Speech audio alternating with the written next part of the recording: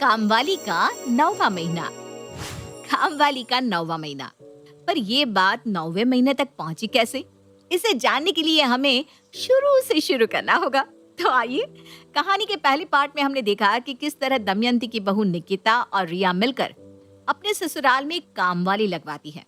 दोनों ही बहुओं के वर्किंग होने के कारण वो एक साथ ऑफिस और घर नहीं संभाल पा रही थी। कुछ दिनों में निकिता के प्रमोशंस होने के चांसेस थे, जिस कारण उसने अपने ससुराल में एक कामवाली रखने की सोची और आ गई दमयंती के घर में रेशम रानी, जो पिला देती है अच्छे अच्छों को पानी। पर घर की मालकिन यानी दमयंती भी कुछ कम नहीं थी।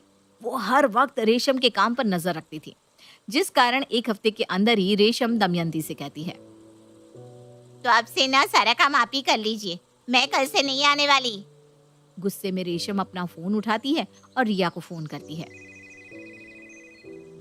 1 मिनट रुकिए भाभी, मैं निकिता भाभी को कॉन्फ्रेंस में लेती है। अब दोनों भाभियां मुझे बड़ी इज्जत से इस घर में लेकर आई थी, पर अभी मेरे से ना और बर्दाश्त नहीं हो रहा है। आपकी सास तो मेरे सर पर ही बैठी रहती है, मैं यहाँ पे और काम नहीं कर सकती।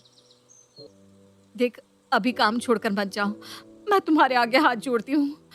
फोन स्पीकर पर तो नहीं है ना? नहीं नहीं है।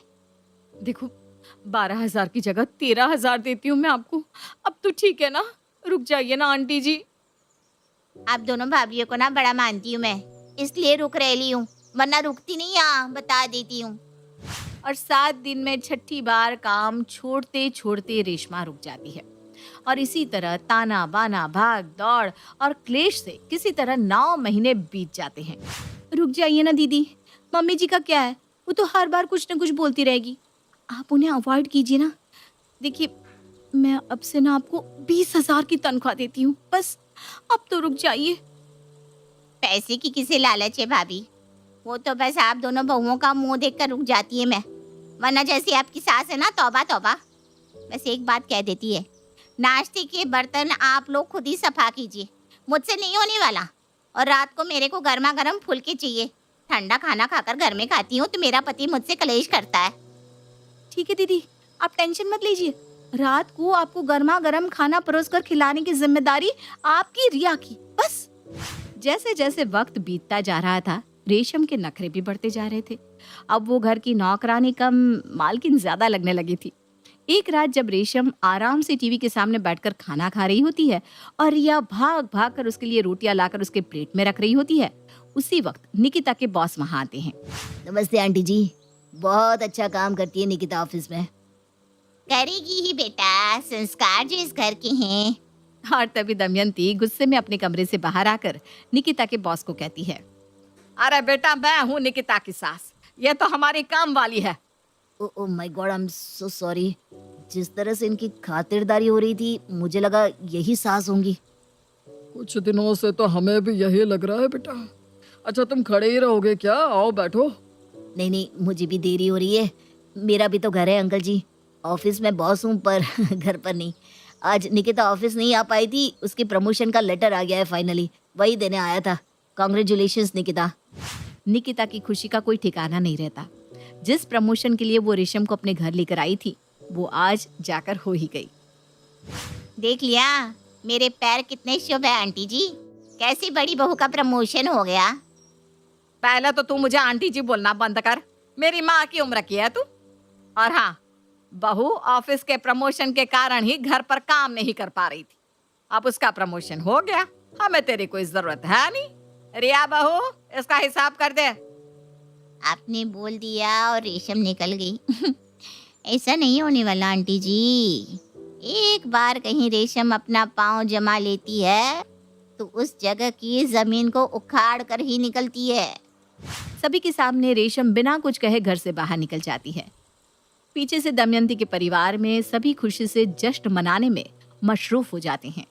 मुश्किल से आधा घंटा भी नहीं बीतता, रेशम वापस लौटकर रिया के घर आ जाती है।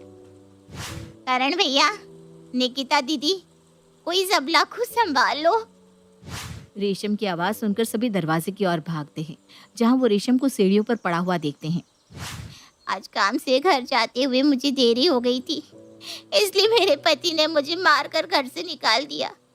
कहता है जिस घर के लिए तुम इतना जान देती हो, सुबह से शाम तक जहाँ वक्त बिताती हो, जाओ अब रात भी वहीं बिताओ।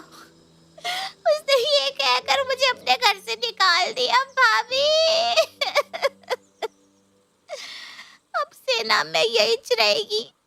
आंटी जी, आप अपना कमरा शिफ्ट कर लीजिए। सभी को साइड करती हुई सीधा रेशम दमयंती के कमरे में जाकर जोर जोर से खर्राटे मारने लगती है। सभी एक दूसरे की शक्ल देखते रह जाते हैं। अब ये क्या नया लफड़ा लग गया यार निकिता? जब सुबह और रात का काम हमें ही करना है तो हम इसे 20,000 महीने क्यों देते? और अब तो रात को भी यहीं रहेगी, यानी कि 24 घंटे रेशम की सेवा करनी होगी। और बनो ना तेज, तुम सब बाहर वालों को सर पर बिठाओगे तो यही होगा। दिया था ना काम वाली को सास का दर्जा, अब नाचेगी तुम सबके सर पर बैठ कर। ये तो मैं कहाँ सोऊं? अपने कमरे में या फिर? अगली सुबह रेशम 10 बजे तक आराम से अंगड़ाइयाँ लेती हुई उठती है। ऐसे मखमली बिस्तर पर सोएगा आदमी तो आँख खुलेगी कैसे?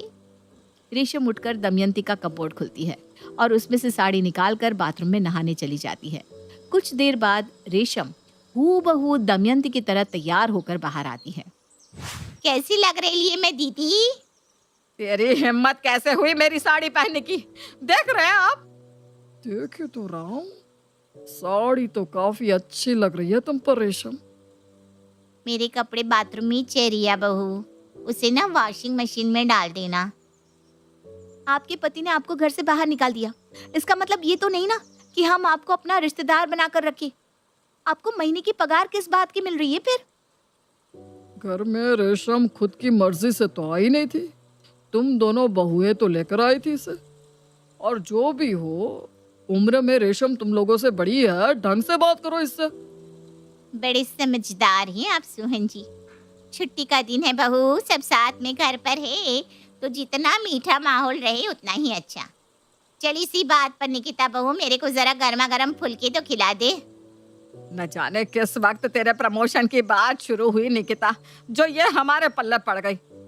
जहाँ काम वाली पूरे घर का काम करती है, वहाँ निकिता के घर पर सभी घर वालों को मिलकर काम वाली का काम करना पड़ रहा था। और ये मामला यहीं खत्म नहीं होता। कुछ देर बाद निकिता के नंबर पर कॉल आता है। I am really sorry Nikita, एक मिस्टेक हो गई। प्रमोशन नमिता का हुआ है, निकिता का नहीं। मैंने ना नाम पढ़ने में गलती कर दी थी। क्या? हाँ, इनफैक्ट तुम्हारा वर्क तो हमारे क्लाइंट्स को इतना ज्यादा बुरा लगा है कि हमें तुम्हें काम से निकालना होगा। प्रमोशन के चक्कर में इसे लेकर आए थे, अब प्रमोशन क्या नौकरी भी चली गई और ये सर पर नाचने लगी सो अलग। जैसे ही सभी को निकिता की जॉब टर्मिनेशन की बात पता चलती है, सभी मिलकर रेशम का बैग पैक कर कर कहते हैं, तेरा बोरिया बिस्तरा उठा और निकल यहाँ से। हमने कोई वृद्धाश्रम नहीं खोल कर रखा, ना ही बहू के पास अब नौकरी बची है जो वो तुम्हें सैलरी दे पाए, और ना ही मैं तुम्हारे लिए अपना कमरा छोड़ सकती हूँ। पूरा घर मिलकर रेशम पर चढ़ जाता है और सभी के शोरगुल के बीच सोहन लाल की आवाज आती है। रेशम को मेरे रहते यहाँ से कोई नहीं निकाल सकता। अरे आपको इससे इतनी सहानुभूति क्यों है? ये तो बस एक काम वाली है। वो तो वक्त ने बना दिया, वरना आज इस घर की मालकिन मैं होती। नहीं सोहन? दमयंती अपना सर पकड़े हॉल में बैठ जाती है। ये क्या हुआ? कहाँ से शुरू हुई बात कहाँ पहुँच गई? और ये सुनते ही सभी अपना अपना रास्ता नाप लेते हैं। मैं आता हूँ मम्मी। शायद कुकर की सीटी बज रही है। अब मैं क्या करूं? और इस तरह रेशम के 9वें महीने में दमयंती के परिवार में एक नया सदस्य आ ही जाता है, दमयंती की सौत।